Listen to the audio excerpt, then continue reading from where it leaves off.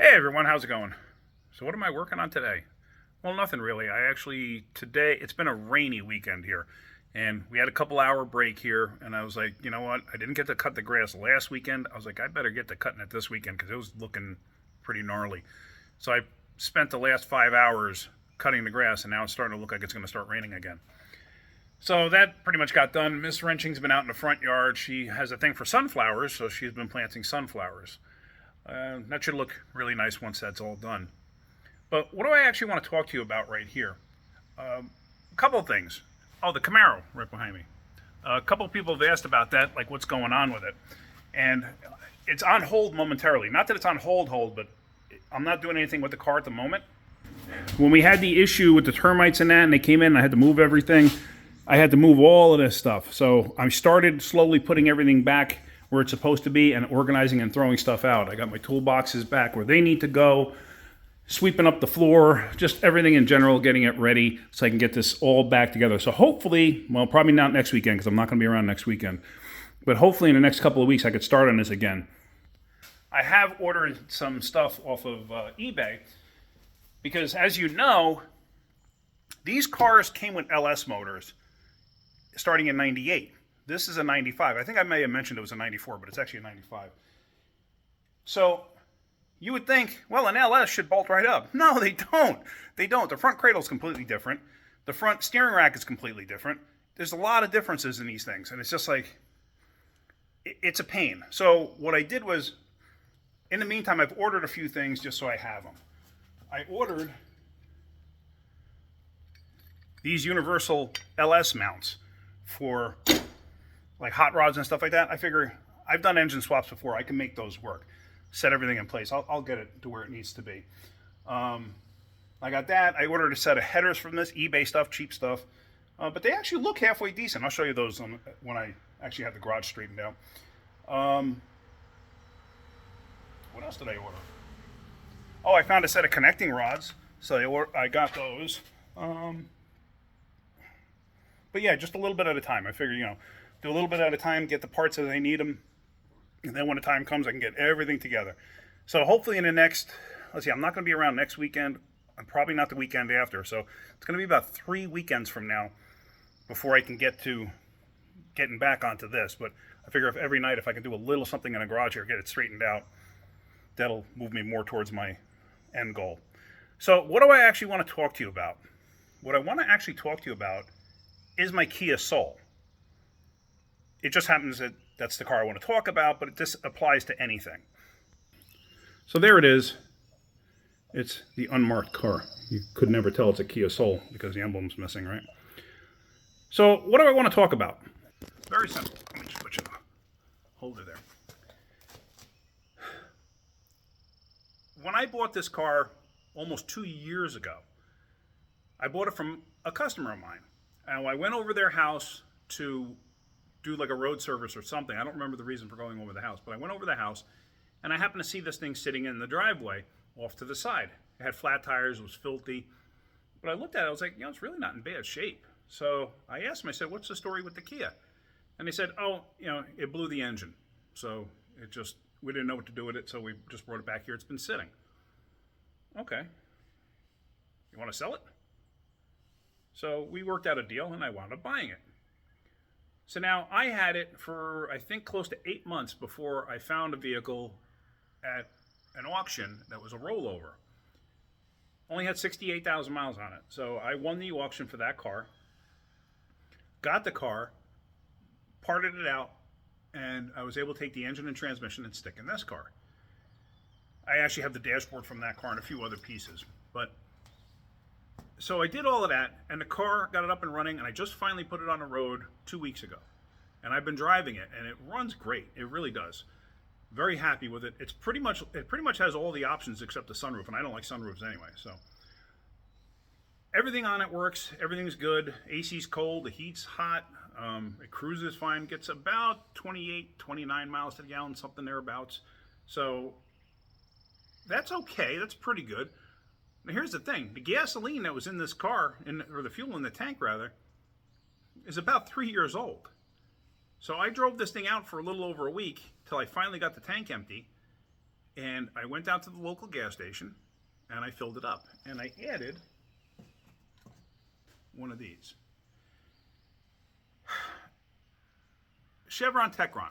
No, they do not sponsor me. No, they're not paying me. No, they don't. I'm not being endorsed by them or anything like that. Nothing like that. I pay for this out of pocket through Amazon just like you could.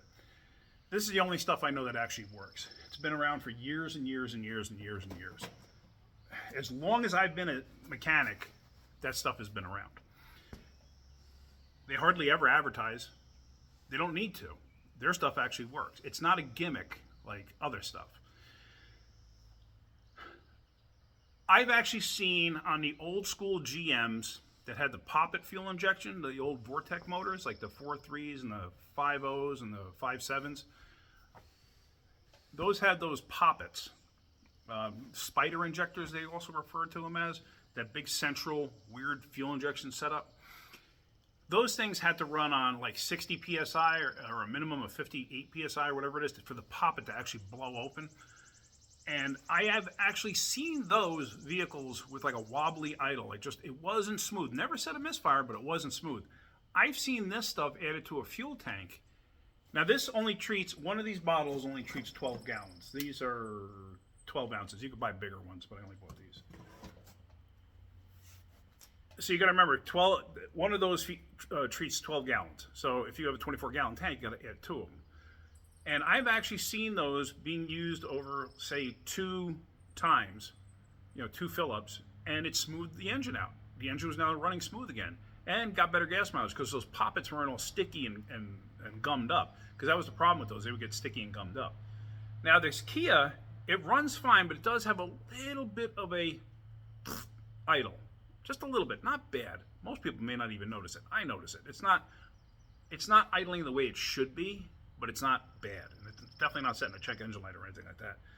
So the fact that the gas was 3 years old, at least that I know of, it smelled kind of varnishy.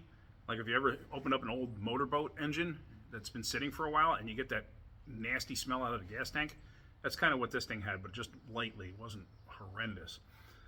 But I figure it's getting 28, 29 miles to the gallon. Hopefully that'll improve. I want to see if it fixes the idle. I think it will.